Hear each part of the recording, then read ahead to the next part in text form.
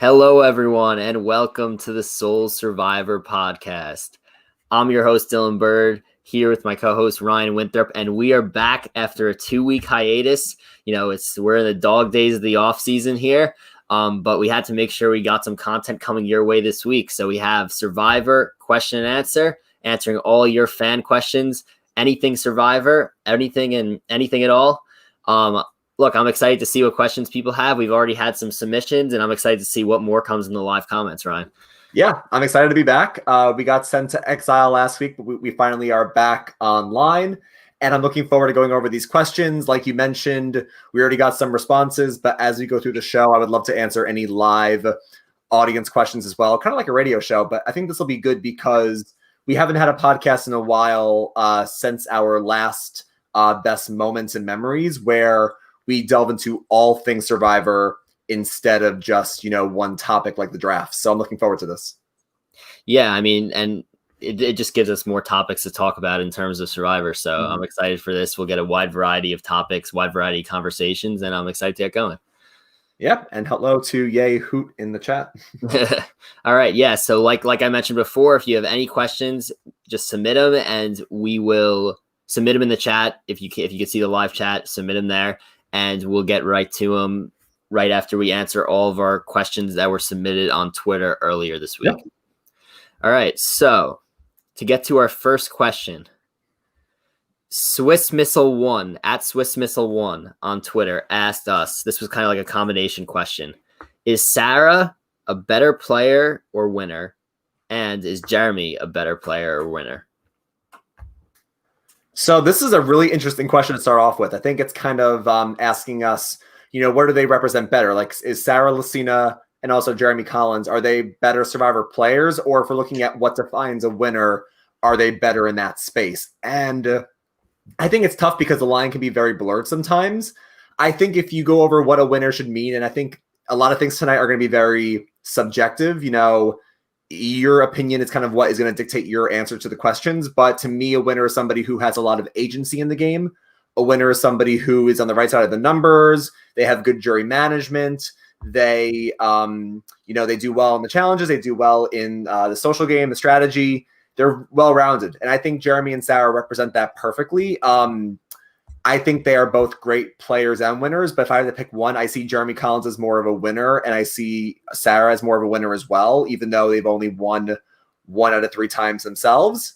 Because I do think they, in both of their winning games, they had agency. They were on the right side of the numbers. They never voted incorrectly, except for Jeremy when Stephen went home. But I can see them both as great players, but also I think they are better winners in terms of the seasons they represented. Yeah, so I'm in agreement with you here. I think that when I think of Sarah and Jeremy, I think of them as winners rather than just players. But I kind of get the way this question is asked, whether do they rank higher? It's almost like, do they rank higher as a player or than they do among the actual winning seasons? Mm-hmm. I thought that both Sarah and Jeremy's wins were very, very good. Sarah completely controlled her entire game, and Jeremy pretty much did the same exact thing. Both played great social games. Both know the game really well. Both got to the top. Well, Sarah was 4th in Winners at War, and Jeremy was, I believe, 7th. Is that correct? 7th or 6th? Yeah, it's always tough when you factor in EOE, but around there. Yeah, right. So, I mean, I think they're both great players, but I think of them as winners rather than players personally. Yeah, no, I can agree with that. It's a very interesting question for sure. Yep. All right. You want to take the next one? Yeah. Let's see. I'm not sure if we have the same list in our order, but I have here from Cliff at Alex Hirato 13. Can you run down who you would rather win on seasons you thought someone else should have taken the title? So essentially the who was robbed question. And I think this is very interesting because there's so many ways you can go about it, but I'm going to go with the ones that I think are constantly in debate and the ones that people always like to mention. I think when you talk about Mike White or Nick in David versus Goliath, I think you can make a strong case for either one, but I'm going to go with the ones that I personally think the winner was decided incorrectly. Because I do think that bitter juries are a factor, Dylan. I really do think that both in Survivor and Big Brother, we see countless times that the best player sometimes doesn't win for a myriad of reasons. And we'll go more into that as we get into a different question on this list. But back to the question at hand, I think Russell and Samoa is a really obvious choice. Like I said, somebody who controlled the game, somebody who really was responsible for the outline of the season and wasn't awarded the title. I think you can make the same argument for Parvati in Heroes versus Villains and or Russell, depending on how you think their social games stacked up. And then my other two examples would be Aubrey and Ko Wrong. I just think Aubrey's strategic and social mastery kind of went above Michelle's great social game. And then finally, I really do think that Chrissy and Triple H also, I think, deserve the win over Ben for her game as well as Dominic Abate in Ghost Island. So that would be my list for people who I think should have won that season. Yeah, so I'm in agreement with you on Russell. I'm in agreement with you on Parvati. I'm in agreement with you on Aubrey, but because we saw what we saw on Winners at War, I think Michelle's win is a little bit more justified because I think Survivor show figured out how to show her game this time, where they did not last time. They didn't really show her personality, and I think that played a big role. And then, so I'm against you in terms of Chrissy. I think Chrissy played a great game, but yeah, I think Chrissy played a game, but I don't think Ben. Like, I know Ben got a lot of very between the fire making and the idols, but like at the end of the day, like, he found the idols, he played the idols correctly, he got the break. So I'm fine with Ben winning. In terms of season 36 Ghost Island, I did think Dom played a better game than Wendell, but since they made almost every move exactly together, I can't fault. So I probably would not put that on my list, even though I think, and probably should have won. I think that it was very close and that Wendell's a great win. One that sticks out to me, and I always thought this at the time, and I'm curious to hear what you think about it. Yeah. I was always on the train that Gavin should have won 38. Now, yeah. I understand that Chris had a very, very game, but I think that Gavin goes through the whole game, receives no votes. If he won that season, I should say, I don't think anyone's complaining about it because he never went to the edge and never came back. So I think that there was a decent case for him to win the game over Chris. Granted, Chris played probably the best final episode that we've ever seen out of anybody, but I think that there's a case for him. We have comments. Boston Rob, coach. Yeah, Boston Rob and All-Stars. I think he should have definitely won. Coach, I mean, you could say the same thing about Coach, but I think Coach should have won, but I don't fault him as much. I mean, I put more fault on him, I should say, because he didn't own a game at the end, and I think that really hurt him a lot, and it was a huge screw up by him. So out of everything that comes to mind, I think that's my complete list. Yeah. Now, just to quickly answer your question about Gavin versus Chris, I have to agree. I know EOE is a big factor that needs to be taken into account as much as we dislike EOE as a twist, but I really do think that Gavin deserves a lot more credit for his win. Despite Chris having an amazing final episode, I just think that Gavin's mastery of the game, even going back to the pre-swap before the merge, where he and Victoria kind of mastermind getting Aubrey out with both an idol and advantage in her pockets as new players, it's very impressive to me. And I also just think that him receiving no votes the whole game is a really big notch on your belt. I think that you can make an argument, well, you could say Courtney Yates didn't get any votes or Amanda didn't get any votes against them in China, and they made it to the end. And yeah, and that's true. And I think Amanda obviously played a great game in China, and Courtney was somebody who was a bit less of a factor than Todd and Amanda. But I think in general, because of Survivor is such a complex game, for any reason your name can get written down, either to avoid a tie or in case somebody's mad at you. There's a lot of reasons why you can get a stray vote. So to get no votes the whole season for Gavin is extremely impressive, and I think that should get a lot more credits. And I do agree with what you were saying. I think the mic cut out for a bit, but I heard what you said about Boston Rob and Coach, where Coach and Sophie is interesting because, like you mentioned with Michelle and Aubrey, we saw more of Sophie's game in Winners at War, so I give her win more credence now, especially since Coach didn't own his game. But I do think Boston Rob is an easy slam dunk, like the ones you and I mentioned, where I think the jury was bitter at Rob, and Rob should have won All-Stars. Yeah, no, we've mentioned I have strong opinions on that, especially with how Lex was, in my opinion, very hypocritical during that season, Mhm. and it ultimately cost Robin $1 million. Well, technically not because he's married. Yeah, To technically. but yeah. All right. Next question. Talk about. So this is from at Sam Cheatham, if I pronounced that right. I hope I did. Talk about players who got or did significant work second time playing. Parentheses Vetus, Tony, Wentworth, either Culpepper. All right, so I mean, I'll start by the ones on that list. Yeah. Yeah, Vetus played a really solid game in Bloodwater, and then kind of comes to second chance and just completely does not gel in that first episode with everybody else. It was kind of, I don't really know what went on there, but the way it was portrayed in the show was not exactly great for Vetus. But yeah, I don't think that vote out was anything other than him just not gelling with people socially. Tony, I think that ultimately, I think that in order for Tony to win Winners at War, he needed to have his game changers performance. So I think that was interesting. And then, yeah, Wentworth, I think that it's incredible the fact that she went from, I think it was 6 confessionals in her first season, going to a 4th place finish eventually. And I thought that she, Kelly Wentworth, there's a lot of big debates on her. I wouldn't say she's controversial, but maybe her game as a player is controversial among fans. I'm on the side, and I know you are also, that she played a great game in Cambodia and probably would have won that she got there, not against Jeremy. So I'll just say she won final immunity, doesn't take Jeremy with her. I think she beats Spencer and Tasha. Yeah. Not everyone agrees with that, but I think she played great there. And then the Culpeppers, I mean, both did a great job of going from pre-merge boot to, pretty great in their second games, especially, Brad and Monica both make it to the end and finish in second place. So, I mean, what do you think? Are there any other players that come to mind besides the ones that were mentioned here? Yeah, I think you bring up great points about the people that Sam mentioned. And I really do think it comes down to a multitude of factors. I think one example would be Sierra Easton, where I know Sierra in and of herself, some people debate how great she is, but let's look at Sierra's 3 times playing, where she tries to make big moves in Blood versus Water. She tries to do the same thing in Cambodia. Doesn't get as far, but still goes post-merge.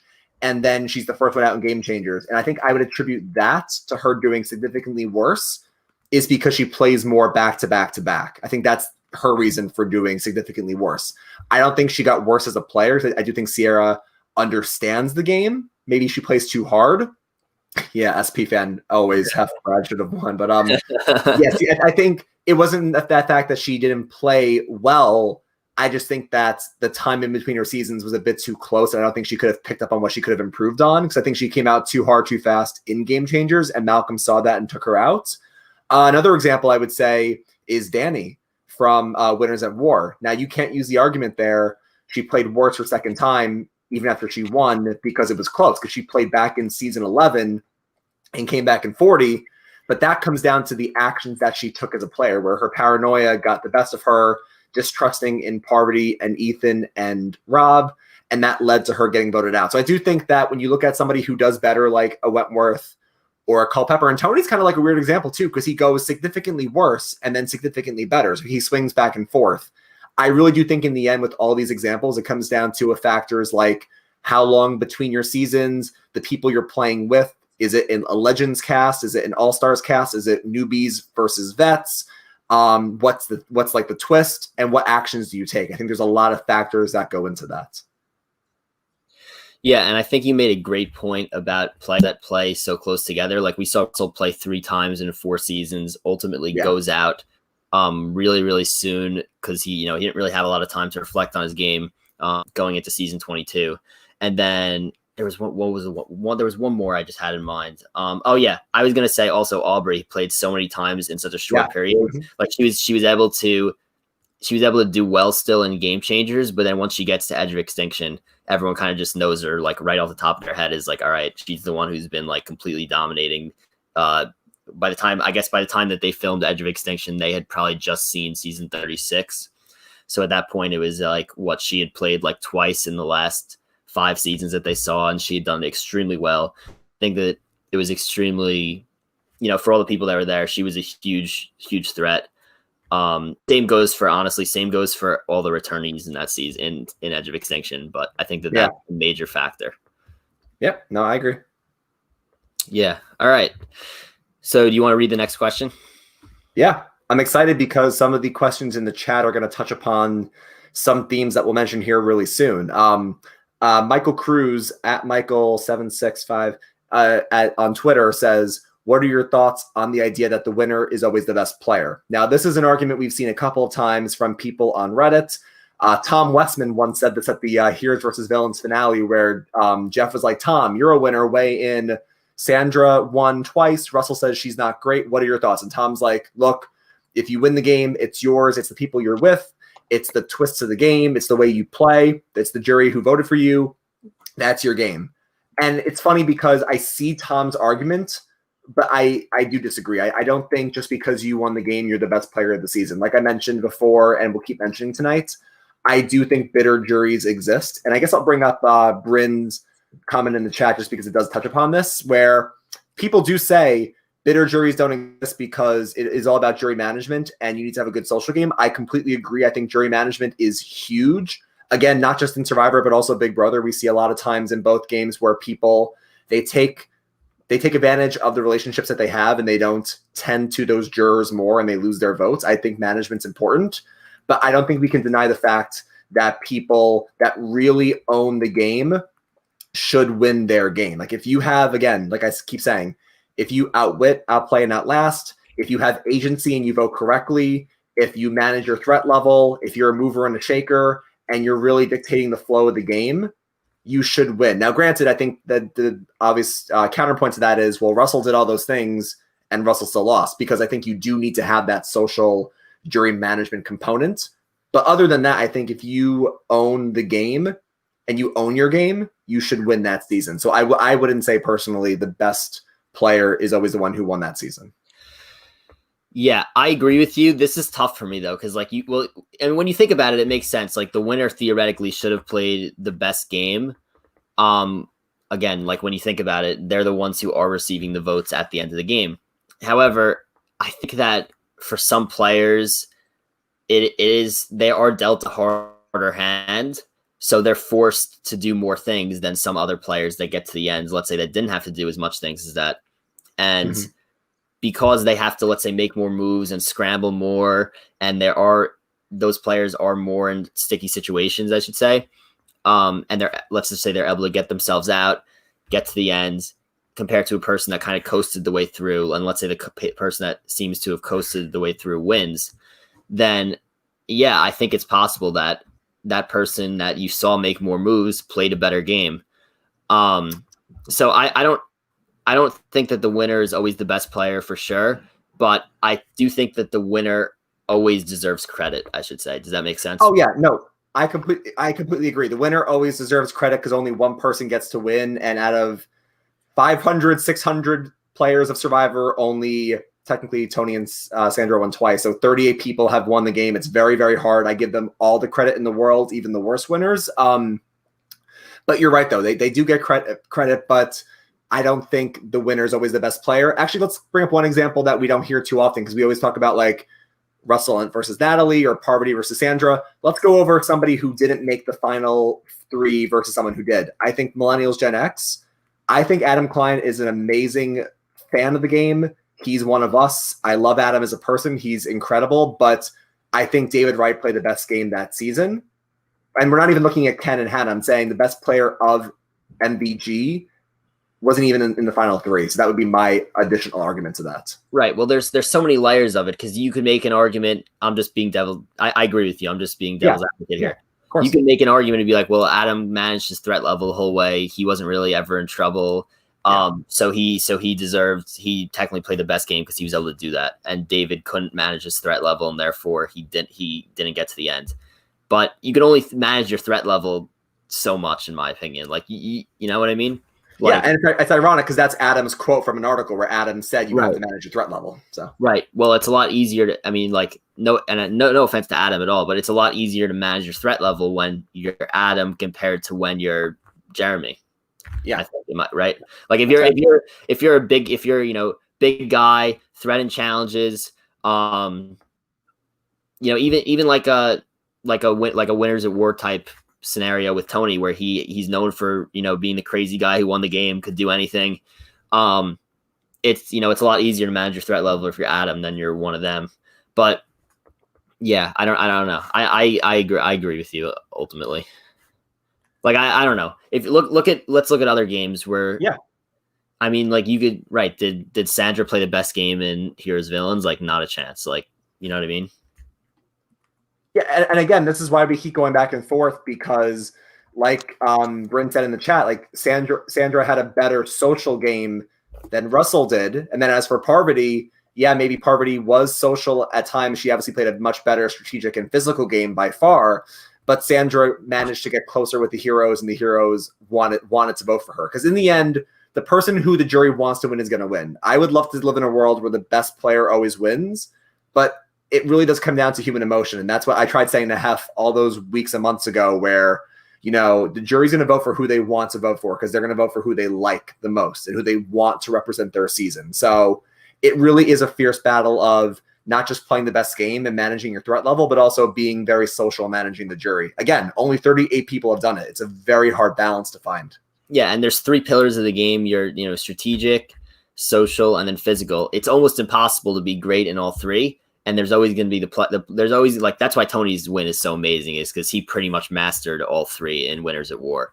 But you're never going to find a player almost that masters all 3 and wins the game. So you're always going to have the debates about whether this one played the best game or that one played the best game, because it's really just the perspective of the jury and of the fans, how they see it. So yeah, for sure. There's just so much layers to that answer that it's almost hard to like think it through and answer it without sounding like kind of hypocritical. But I think we got our points across. Yeah, no, I think we did. It's a very hard question to answer. And again, like I said at the start, it's very subjective and anybody can define that differently. Right. All right. So looking at the next question, let me look here. All right. So, okay, this kind of goes. So I like this question because I think it kind of goes along with what we were just talking about. From @Survivor is nice. Do you believe that the top 40 (parentheses 38, I guess) players of all time should all be winners? I mean, they were the only ones to win the game, but I don't think it's possible to say that someone like Chris Underwood is better than Amanda Kimmel. But is he better because he was able to win and she wasn't? The answer that I would say to that is that Chris Underwood was put in a completely different situation than Amanda. Chris Underwood was out of the game for a ton of days because of Edge of Extinction, was able to win his way back in and then ultimately win the game because of also a Final Four fire making challenge that Amanda never had to deal with. So look, I don't think that the top 40 should always be the winners. And I think a lot of the reasons are from what we just spoke about in our to answer our last question. Also, you get the idea of players playing multiple times and succeeding multiple times like Amanda did.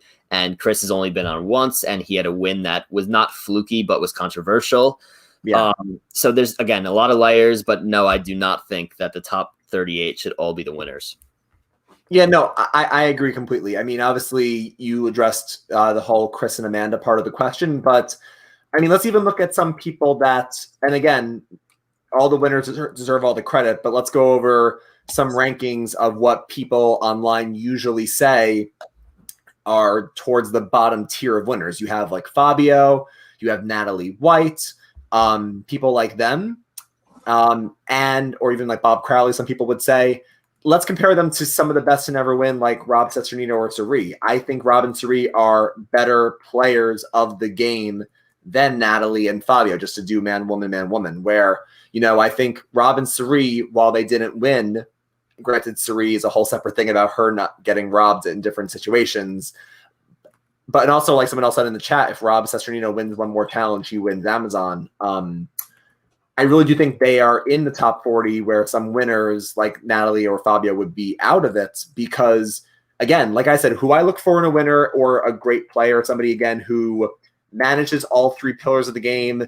They have agency. They're a mover and a shaker. They vote correctly. They manage their threat. Like, they basically do everything that you look for in a winner. And I feel like Sari obviously always manages her threat level, except for heroes versus villains, because she gets taken out due to unfair twists.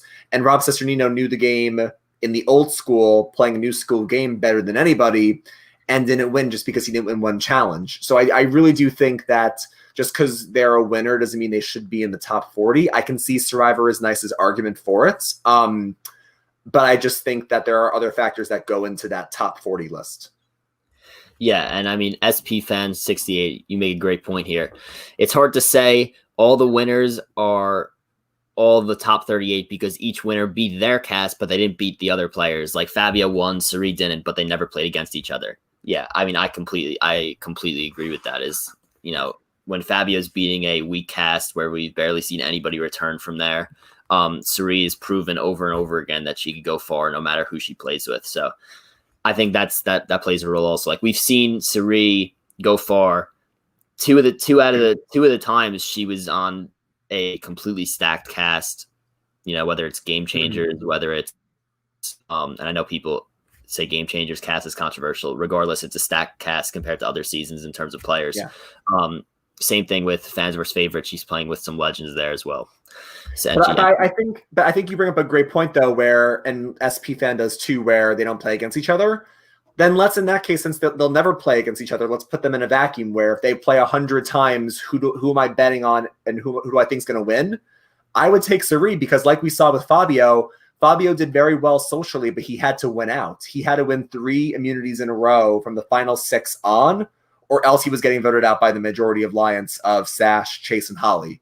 So if Fabio plays 100 times, yeah, he'll win some of the times, but he misses out on one challenge and he gets voted out. I think that's a big thing where Sari, if Micronesia was a final 3, if Game Changers didn't have advantage get-in, Sari was making it to the end and probably winning those seasons. So if Sari played 100 times, I think Sari would win more than Fabio. So I guess that's a better question, where the top 40, if they played 100 or whatever different times in like Doctor Strange universes, how many times would they win because of their skills as a player? And I just think that because of that, the people who are non-winners can still be better players in the top 40 than the actual winners. And you bring up the example of final, you know, Sari, where it's a surprise final 2 instead of a final 3. Not every player is subjected to this, is part of the same situation. There's different surprise twists on each season. Each season is different. So there's different circumstances with each player in each season. So like you said, I think the best way to judge it is if this player plays 100 times, how many games will they win? Like you said, I'm betting Sari over a lot of people as well. Yeah. All right. I actually think we have a great question here as well. Guys, so I think we have 2 more. I think we have 2 more Twitter questions, and then we can go to audience questions. All right. So from at Sam Cheatham again, what's next Fire Tokens? I think this is a great question. It's one that is about the future of Survivor, and I'd love to get into this right now. Yeah. So I guess I'll just summarize some big bullet points, and then I want to hear what your thoughts are as well. I think they have big potential for the game. I think that this is a new evolution of the game, kind of like when you introduce the first hidden immunity idol, when you introduce the first advantage, which I have my own thoughts on advantages, but when you introduce big things into the game, they're going to evolve the game and new players need to adapt to them. I mean, we saw winners for the first time handle fire tokens. I'm sure a lot of players are watching from home, taking notes and saying, here's how I would use fire tokens more socially. Because we saw with Edge of Extinction, fire tokens be mainly used for strategic gain with advantages and exchange between the EOE island and the actual players on the island. And I think that without EOE, because Jeff has said, Edge of Extinction will not be coming back for a while. We need to see how the tokens play out in a non-EOE season. What's next for them? I think there has to be a bigger payoff. I think what's next is a bigger payoff at the end of the fire tokens in terms of either cashing in for one last thing or just a bigger hurrah than just, oh, they're done.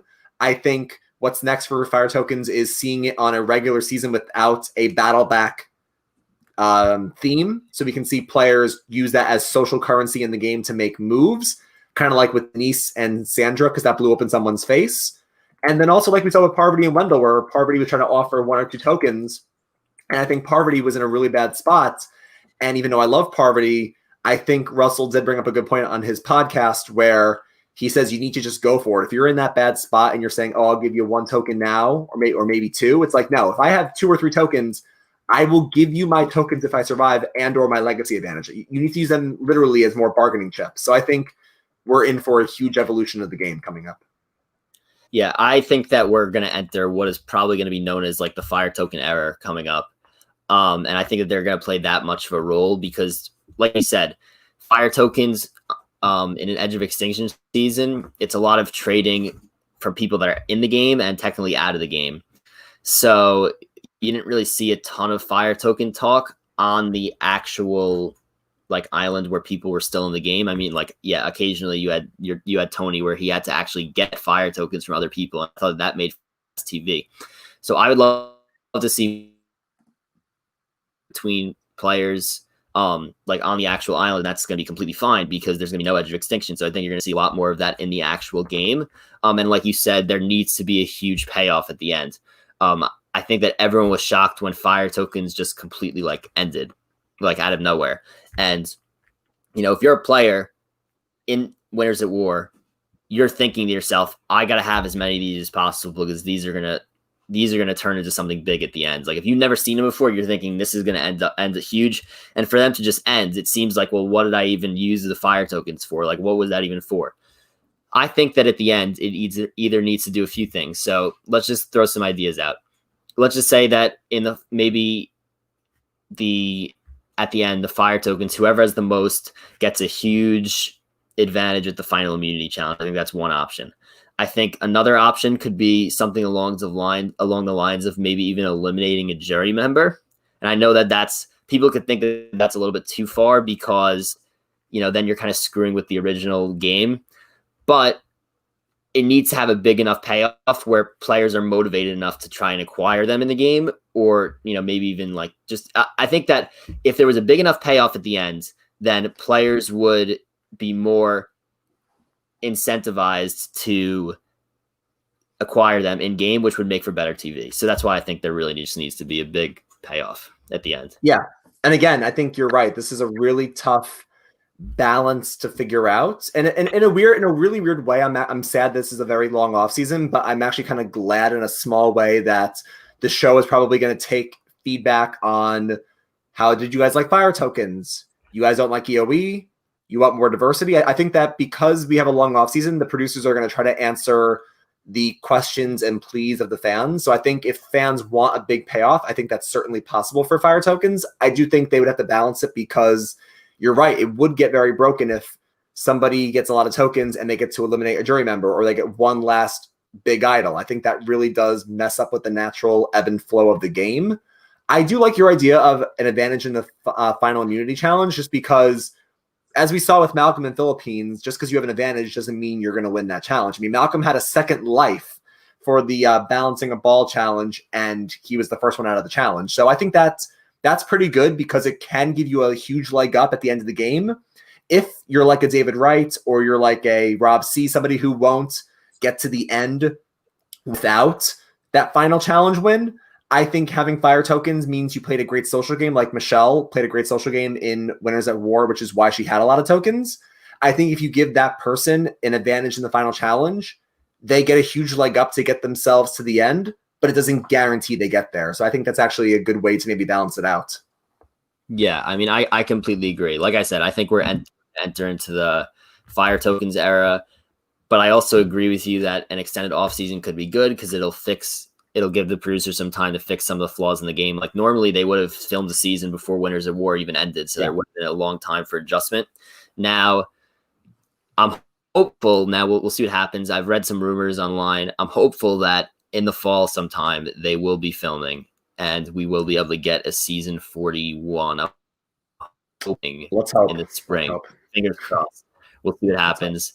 I'm assuming we're going to hear more intel on that within the next month, I'd probably guess, because we're already we're already, going towards the end of August here. And you would think that, last time they said the last update was they would try to film possibly in September, maybe October. So I'm hoping that goes through. We'll see if it happens. Yeah. And once we get news, we're going to cover it. So yeah, for sure. All right. Are we going to head to audience questions right now? Is that what we want to do? Yeah, we can. There's just one last Twitter question that I'll address quickly because I think it's more straightforward than the ones we've done so far. This is from Abdullah. Why did Brendan vote out Kelly Goldsmith in Africa? I'm going to be honest. It's been a while since I saw Africa, so I actually went back and did the research. I know that really quickly, because this is more factual than the other ones, the big thing with Kelly in Africa was there was a huge to-do about the merge vote where Clarence gets voted out. And Clarence goes home, I think, like 8-2, and Lex has 2 votes against him. One of them is Clarence, and he has no idea who the other one was. And he goes on a witch hunt, literally, to try to figure out who wrote my name down. And he thinks it was Kelly, but it was actually Teresa T-Bird who wrote down his name. And I think that the brief answer to this, why Brandon voted out Kelly, was because after that incident, Lex is like obviously very upset. And that caused the other members of the former Baran tribe before the swap to turn on her because they thought she did it. And then she aligned with the other tribe, Samburu, to try to set herself up well. But in the end, I think Brandon didn't want to be the swing vote, and he didn't like Frank, who was, I think, aligned with her. So he flipped on her, and she went home. I think that's the most straightforward answer, that Brendan essentially voted against Kelly because of Frank. And he sided with the other alliance, but in the end, he was seen as untrustworthy, so he went soon after. I think that's the most simple answer. Yeah. I mean, you pretty much hit on everything. I mean, that was wow. Yeah. I'm impressed. You had your research ready to go with that. I'm gonna be honest. Like I said, I'll be modest. I didn't remember everything about Africa. I remember the whole Lex and Kelly feud and what it led to. But I did go back and I did research it just one more time to answer Abdullah's question. Perfect. Yeah, I mean, I don't have much. I think Ryan pretty much done everything there. So, let's jump right into the audience questions. If you still want some questions answered, still time to fire into the chat here. But let's see.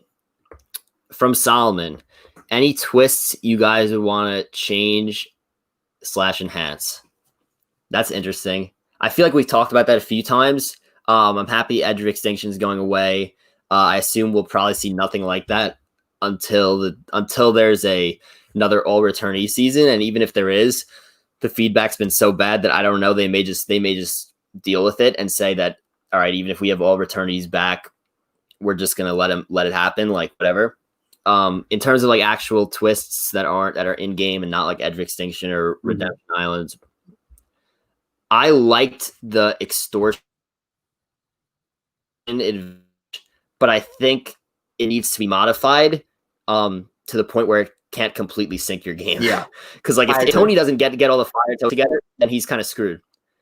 I mean, he ends up winning immunity also, but the only reason he was able to participate in that is because he's able to get the fire tokens together. So I think that the extortion is a great idea for the future, but I think it needs to be adjusted a little bit. Maybe there should be a cap on fire tokens so that you're not like scrambling to get 8 fire tokens, but I really like that.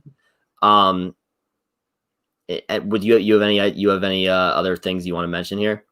Yeah, I know. I agree with extortion. I think it was really interesting, but if Tony didn't masterfully escape it, it could have been detrimental to his game. So I think it needs to be modified. Also, let's mention Michelle's flip a coin advantage. I think that was kind of blah in how it just ended with her flipping it once and that was it.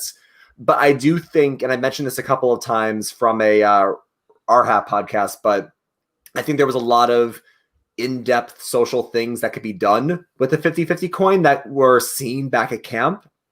So I think that a coin flip or something like that could be enhanced to be more interesting from a social game.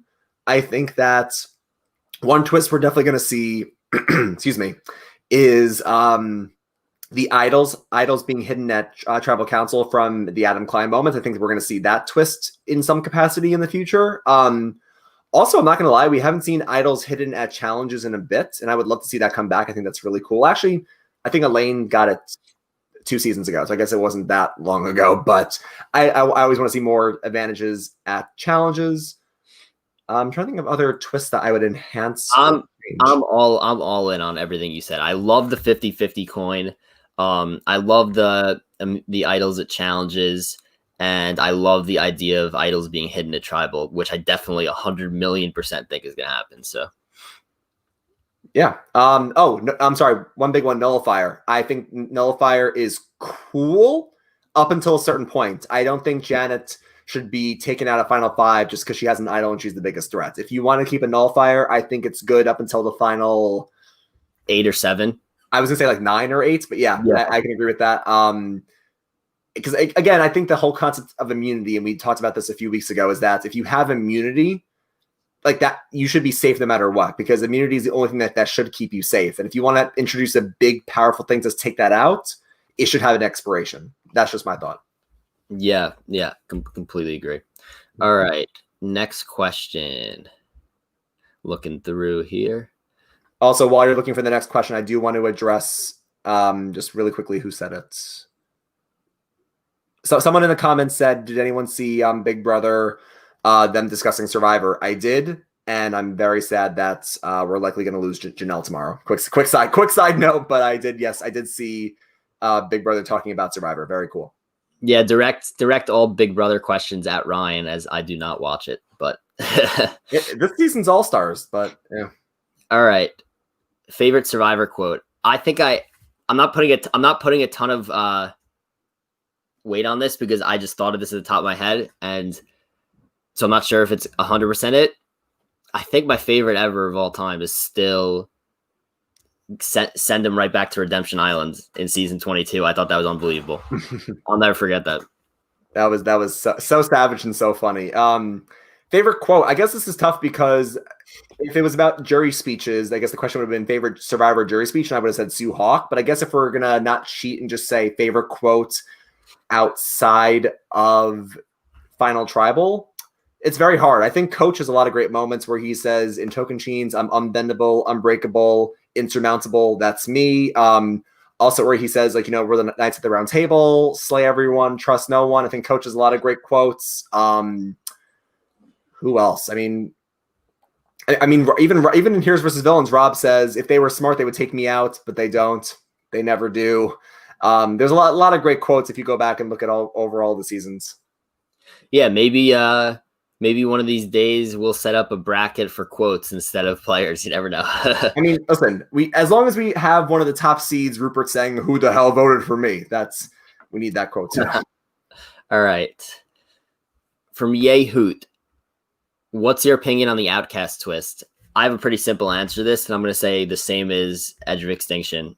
I'm just not a fan of players that leave the game, have to do nothing pretty much, and then like nothing while they're out of the game, and then can get back in through a challenge. Like I've said many times, I'm more of a fan of Redemption Island, where at least the players are doing challenges every couple of days to save themselves. So short answer, but that's what I say. Listen, the Outcast twists is a no from me, dog. I don't like it. And there's a reason why we haven't seen it back once since season 7. So I'm not a fan of Outcasts. All right. From Solomon, Dream Castaway interview. So we've already been lucky enough to interview a few people. I would have said that. I would have said, before we did all of our interviews that we did, I would have had Dom and Kelly both high up on my list. So I'm incredibly thankful that they came on and happy about that, because they would have been high up there. Other than that, this is probably a very chalky answer, but I would say probably Boston Rob, Tony, and Jeremy. Those would be my top 3 probably. And probably Kim and Parvati also up there, but again, very chalky, but that's they're legends for a reason. Yeah, no, honestly, there are so many players that I want to talk to. A lot of them are from the winter season. Like you said, Parvati, Rob, Tony, Sarah, so many great people. I want to talk to Denise. I think Denise is an amazing player. I was rewatching some Philippines clips and seeing Denise's final tribal. She's a therapist. She's just really good at connecting with people. I really like Denise. Actually, speaking of Denise, when Penner says, I think one of you led the other 2 like oxen. I think I would love to talk to Penner as well. Rob Sesternino, I would love to talk to Rob. Sari, Coach, so many people, Solomon, that I could go on and on about. I mean, luckily we are a new podcast and we are still growing, so maybe there's still time for all that. But any people mentioned, I would love to talk to. But anyone who wants to come on the show, I would love to talk to them as well. I can't leave at Tyson as well, which I Tyson, thought would be unbelievable. It would be really funny. But good question. All right. From Survivor is Nice. What's your favorite Jeff moment? That's funny because we've been doing the No Context Probst account. If you have not followed that yet, if you don't know what that is, we're posting funny videos from Jeff Probst at No Context Probst. Favorite Jeff moment. I have to think about this one for a few minutes. Do you have one at the top of your head, Ryan? I have a couple. I mean, I think that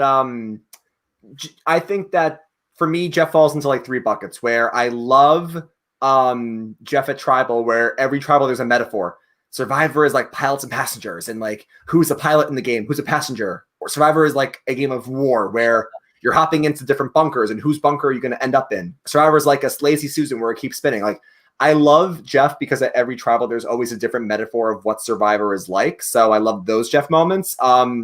Like we have at No Context Probst. I love whenever Jeff is sassy at the challenges. I think that is extremely funny. But my other favorite Jeff moment is when he tries to negotiate with people because he always gets the last laugh in the upper hand. So whenever Angelina's negotiating with him, I love that. One of our most recent No Contexts is where he's trying to negotiate with the Hunapu tribe after they lose their flint. And he's like, you guys, my life is fine. You're trying to make a return. You should have came in here and made the bet first. Also, when he negotiates in Cambodia because they need a new tarp, and he goes, I want half of you to sit out of the challenge. I think for me, it's whenever Jeff is making a metaphor, whenever Jeff is sarcastic, and whenever Jeff is negotiating. Those are my 3 favorite Jeff moments. Yeah, I love when Jeff is like completely shocked at whatever happens. So, I mean, yeah, there's so many we could go through. Actually, if I had to pick one, just because you said Jeff being shocked, we can go to Billy and Candace, where Jeff is like, Candace from Raro, and Billy's like, yeah, we said I love you, and he's like, oh my god, I can't believe this. There's so much, and that's why we created the account, because it's hilarious. But all right, we're running low on time. We have only about 5 minutes left, so we're gonna do like quick hits basically for the last one. We'll do quick answers here. Yeah. Who is your favorite one-time player first boot? Interesting. I don't want to be recent, but I have to go Reem. I love Reem so much. Yeah, Reem's up there for me. I mean, we included her in the second chance cast, so I would probably go with the same one. I know that's very recent, but yeah, I'd probably say the same thing. From Solomon, favorite episode. All right, so recency bias has me to say the Tony domination episode with the extortion, the Sophie blindside, the winning immunity. Other episodes in the past from Here's Villains, I love the first episode where they all land on the beach. It's like really like historic and amazing. I love the Poverty Double Idol play. I love moving on to Cagayan. I think I forget like which exact episodes these are, but the whole like final end of Cagayan where Tony completely plays a super idol perfectly. Meaning like he's a decoy, where he speaks Llama to Cass, and then moving on to Cambodia. I love the Wentworth episode with the idol play there. So that's what I would probably say. Yeah, I think my favorite episodes kind of are a blend of our best moments and memories videos. Not memories, I'm sorry, best moments and moves videos, where I think my favorite episodes combine both of those, where Micronesia, Eric gives up the necklace. I love that episode. I love Poverty's Double Idol play, that episode, the merge of Heroes versus Villains, the merge of Cagayan. I love the Philippines episode where Penner wins immunity and Jeff Kent goes home. I love the Winners at War domination where Tony takes out Sophie. I love the Tocantins episode where Coach goes to exile. I love Pearl Islands, the premiere where Rupert steals shoes. Like I could go on and on about my favorite episodes that combine both moments and also moves. All right. Oh. All right, there we go. It finally worked. All right. SP fan, what was the first season you watched? So I have a weird answer to this because I actually don't know what the first season I watched was. My parents used to watch, and I used to watch it. I used to watch it more casually with my parents when I was younger. Obviously, like So I'd say the first time I probably saw Survivor was I believe Palau or Guatemala. I was first or second grade there. So that's why I don't exactly remember. But I watched it very casually, so that's why I don't remember exactly. Where I was officially hooked, probably a lot later on, where I started to love it, rather than just watch it casually. Either probably season 28 or 31 is where I took my fandom to the next level, and I know that's late, but yeah, that's where I took my next step in fandom, I should say. Wait, I'm sorry, I missed that. Where was your next step in fandom? I said 28 or 31 is where I became where I went from more than a casual fan. Yeah, no, for me, I remember very clearly the first season I watched, and when I say watch, I mean started to watch the show, was Heroes versus Villains season 20. I obviously then since went back, and during off seasons, between 20 and 21 or 21 and 22, I would go back and I would rewatch old seasons. Before the CBS All Access app existed on your phones and computers, they actually, before copyright, used to have all the seasons on YouTube. Someone would just upload them. So I went back on YouTube and I would watch all the old seasons. So I started watching Heroes versus Villains for sure, and then went back and watched old seasons. And obviously I've been current ever since that point. So yeah, tons of old season watching. I'm used to that in off season also. All right. Would you like to see the auction return? Short answer, yes. Yes, but they had to fix it. So that actually goes back to an old question where someone said a twist you want to enhance or change. The auction, bring the auction back, but fix it, because at this day and age, people are only going to wait for advantages. It's kind of broken in its current form. Also because Shireen figured out you spend $20 for a letter, anyone else can buy it for $20. So you need to fix it, maybe make it more of a tribal auction where you share money like they once did, I think, in Thailand. Either a tribal auction or certain phases of the auction. I want it to come back, but make it more modern. Yeah, I agree with that. All right. This will be the last question here. Most overrated player of all time and most underrated player of all time. Wow. This is hard. This is tough. Oh, this is so hard on the spot. I guess just to give T-Bird an answer, I will say, just because we were talking about her, and no offense, because I do love her, I guess most overrated, I guess, would be Sierra Easton. I just think that the move to flip on Laura is a bit overblown because she voted out her mom. I think Hayden was a big part of Sierra then flipping at the next vote to go to Rox. And then she wanted to make big moves in Cambodia, but she was on the outs. And even though I love when people make big moves, no one's really incentivized to make a big move if they're in the structure. So I guess Sierra, I would say overrated. Underrated? Actually, do you have an overrated while I think of my underrated? Oh, man, this is tough. Okay, so I'm on the same page with you that Sierra is probably overrated. It's funny because I almost want to say Sandra, but I don't because she won twice. So I have to give her credit there. But the thing is that with Sandra is that both of her wins were bottom tier wins. But again, a win is a win, and she did it twice. Oh man, this is tough. I don't know if I could settle on one. We may have to get back to him here, but okay. Actually, you know what? Just so we can give an answer, I'll give one. Underrated. Would you say because she hasn't come back, Natalie Bolton is considered underrated?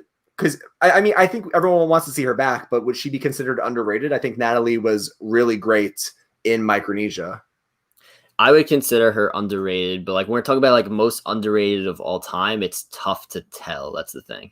Oh, okay. Actually, I have one actually. And this is someone who no one talks about, so he's underrated. I think Rafe in Guatemala is pretty underrated. I think Rafe is somebody who was a big part of why Danny and Steph got to the end of. Well, actually, Danny was on the outside, but why Steph got to the end of Guatemala, and there was a big promise that was made where Danny and Rafe promised each other to take each other to the end in Guatemala, and I think Rafe would have won. But after Danny won the challenge and Steph was crying, Rafe went up to her and said, I absolve you of our promise. You can take Steph if you want. And she took Steph and she won. So I guess I'll say Rafe. Yeah, in terms of underrated, I mean, we've spoke about a ton how Devin was really really underrated in season 35. I don't know if Yeah. I would say underrated, most underrated of all time. But like after that season ended and I've come to look back on it, I appreciate his game a lot more now. Oh, But I would say also Trish from Kagiyan. I think Trish is an amazing social player. yeah, I thought Because I mean, Tony's obviously an amazing winner, an amazing player, obviously won twice the GOAT, but he wouldn't have got that far in Kagiyan if Trish wasn't putting out fires for him. And she also got Cass to flip on Sarah. So I would say Trish also. If I couldn't say Rafe, I'll say Trish. Would you consider Keith Nell an underrated player? No, I love Keith as a character. I don't think Keith is a good player. Yeah, I'm on the fence. I'm trying to think of a bunch of guys right now. He did finish final, I believe, 5th and 4th, so he has a good track record. Really, really good physically, good socially, but the strategy is just not there completely. Yeah, I don't know. We could honestly do a podcast on most underrated and most overrated, and if we actually took time to prepare it, then it would be great. That's actually a pretty solid idea. All right. So that is it for this week. We will let you guys know what we're doing next week. Completely open ideas like normal. DM us with any ideas, Twitter, Instagram, at Soul Survivor Pod. Like this video. It really helps us. Also subscribe if you haven't yet and you're watching us for the first time. Really helps us a lot as well. And looking forward to next week. The off season continues. The off season continues, but yeah, like you said, Dylan, I had a fun time tonight. Open to whatever people want to do. Maybe next week. A lot of ideas down the road. I'm looking forward to it, but nothing else on my end. So I'll just end with grab your torches and head back to camp.